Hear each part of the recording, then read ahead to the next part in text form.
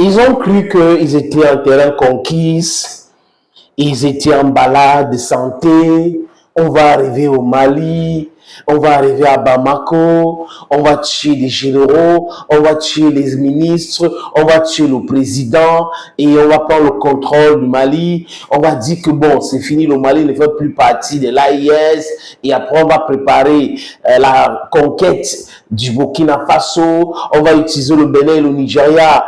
De Tinubu qui est en train de se plaindre aujourd'hui qu'on veut sa tête au Nigeria pour récupérer tous ces pays-là et l'uranium du Niger deviendra l'uranium de la France, va revenir en France, toutes les sociétés de construction de routes et tout ça là vont revenir au Niger et la France va continuer à contrôler le Niger. Après cela, ils vont aller faire la pression au niveau du Tchad pour que Idriss Déby, Mamad Kaka Déby se plie en quatre parce qu'il voulait s'entêter à un moment donné.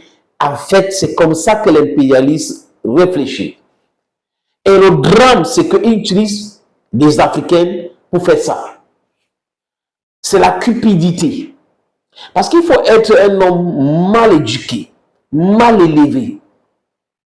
Je ne sais pas si c'est mal conçu même, parce qu'à la limite, il y a des gens qui fallait utiliser la capote, il y a des gens qui fallait avorter. Je ne suis pas en train de faire la propagande de l'avortement, mais il y a des enfants d'Afrique, quand vous voyez les actes qu'ils posent, les mamans devraient nous éviter cela. Parce que vous ne pouvez pas être un homme normalement constitué, une femme normalement constituée. And you are selling your bed rights. Tu acceptes être l'esclave. Tu veux que les Blancs te contrôlent. Juste parce que tu veux voyager, tu vas aller chez eux. Et tu arrives chez eux, c'est bien développé. C'est hyper développé, c'est bien. Et tu ne te rends pas compte, mais tu ne poses pas la question. Qui sont ceux qui ont conçu leur pays comme ça?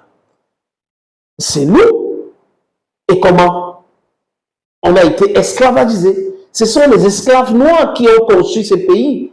J'ai eu la chance de visiter la France, l'Allemagne, l'Italie, la Belgique, beaucoup de pays, les amis. Mais c'est bien construit. Mais posez la question, l'histoire de la construction, le vol des artefacts, des arts. C'est l'Afrique.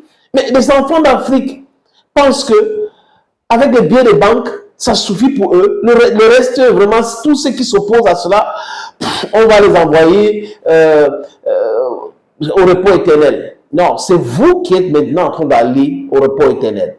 Ce que les femmes font. Africa Corps, la Russie. Ce que l'AIS fait. J'applaudis Ibrahim Traoré. L'applaudissement pour Ibrahim Traoré, les amis. Même en commentaire, mettez les mains comme ça pour Ibrahim Traoré. Comme ça en commentaire pour Abdelrahmane Tiani. Comme ça. C'est important, les amis. Il faut les encourager. Comme ça, les deux bras comme ça. Il y a les emojis comme ça. Pour Assimi Goïta. Comme ça aussi pour Vladimir Poutine. C'est de ça qu'il est question aujourd'hui. Des gens qui vociféraient, oh la Russie doit rentrer, vraiment il faut que les troupes russes rentrent chez eux, nous n'avons pas de problème avec les Russes. Vous voyez, des esclaves de la maison, donc ils ont un problème avec leurs frères maliens, leurs frères burkinabés, leurs frères nigériens, parce qu'ils travaillent pour l'intérêt de la France, mais ils n'ont pas un problème avec la Russie, parce qu'ils savent que la Russie a la capacité de les brûler. Donc du coup, il faut faire comme on n'a pas de problème avec la Russie, mais la Russie soutient l'AIS. Malheureusement pour ces bandits, ces voyous-là, la Russie soutient le Mali. Et les Russes ont commencé leur soutien d'abord par le Mali avant d'entrer au Burkina Faso et d'aller au Niger. C'est comme ça que ça s'est passé. Les Russes ne peuvent pas accepter. D'ailleurs, à partir du 25, vous avez vu que 3 jours après, l'ambassadeur de la Russie est allé à la rencontre du président de la République, Assimi Goïta. Et en sortant de là, l'ambassadeur de la Russie a dit « Nous allons brûler les terreaux. » Il a dit ça à Mondovision. Et boum, les secondes après, le vice-ministre de la Défense russe a parlé. Et qu'est-ce qui se passe-t-il aujourd'hui?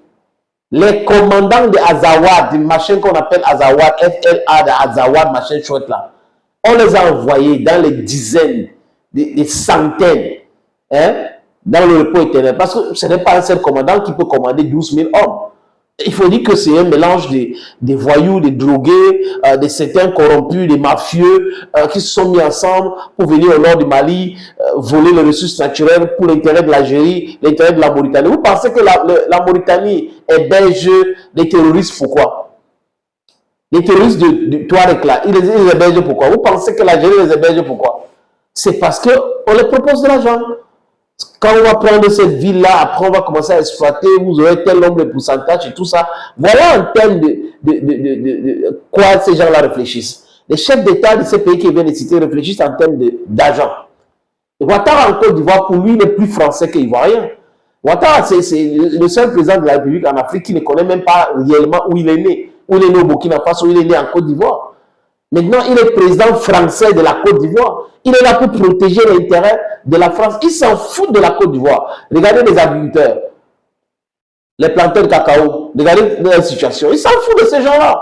Mais si c'est pour protéger l'intérêt de la France, oui. Piétiner l'intérêt des Ivoiriens, oui. Regardez Tebboune aussi. Mais Tebboune, c'est une honte totale. Mais c'est un pays qui est grand. Un pays avec des révolutionnaires. Mais un pays qui a certains dirigeants qui sont corrompus jusqu'aux os, qui acceptent abriter les terreaux, qui vont se retourner contre eux. Parce que l'effet domino existe, les amis. Donc, les amis, les Maliens, les Burkinabés, les Nigériens sont en train de faire un travail formidable. L'élimination des commandants des terreaux d'Azawa, de Djenin. C'est ça qui est en action maintenant. N'écoutez pas d'autres informations. Venez ici pour écouter la bonne information. Regardez les chaînes comme ORTM, comme RTB, comme RTN, dont les chaînes nationales du Burkina Faso, du Mali et du Niger, et aussi certains blogs des panafricains qui donnent la bonne information. Pas de petits manipulateurs cachés dans les bureaux à Paris, cachés à Abidjan, cachés à Cotonou, financés par Ouattara, financés par Patrice Talon, financés par Tebboune, financés par Mohamed Ould. Non, ou par Emmanuel Macron. La vérité, c'est que les terreaux ont été abandonnés. Les terreaux sont en train de subir. Il n'y a pas de ravitaillement. La famine est en train de les toucher et les commandants sont dans un état vraiment compliqué. On est en train de les éliminer un à un. La famine qui... la famine qui va vous toucher, non? La nourriture va venir d'où? Qui va vous ravitailler? Même le carburant là, les dépôts de carburant, tous ces trucs-là seront détruits. C'est le processus, non? Vous avez pensé qu'on va venir là-bas, on va tuer Assimi Goïta, après on va... Mais c'est wonderful. C'est pas possible, les amis. L'Afrique a besoin des enfants comme le président malien, burkinabé et nigérien. Oui. Les amis, si vous n'êtes pas encore abonné sur cette plateforme, humblement, je vous demande de vous abonner. Ici, c'est la bonne information. Les amis, on parle avec beaucoup de passion, avec le cœur. Parce que l'Afrique, c'est notre seul héritage. Et on ne joue pas avec son héritage. Parce qu'on va laisser aux enfants, comme on nous a laissé aussi.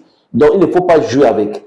On ne peut pas accepter que les gens viennent nous piétiner éternellement. 600 ans entre esclavage, la colonisation, néocolonisation, impérialisme. On ne peut pas accepter ça. On ne doit pas accepter ça. Nous devons être debout comme un seul homme pour défendre notre intérêt. L'Afrique ou la mort, nous vaincrons.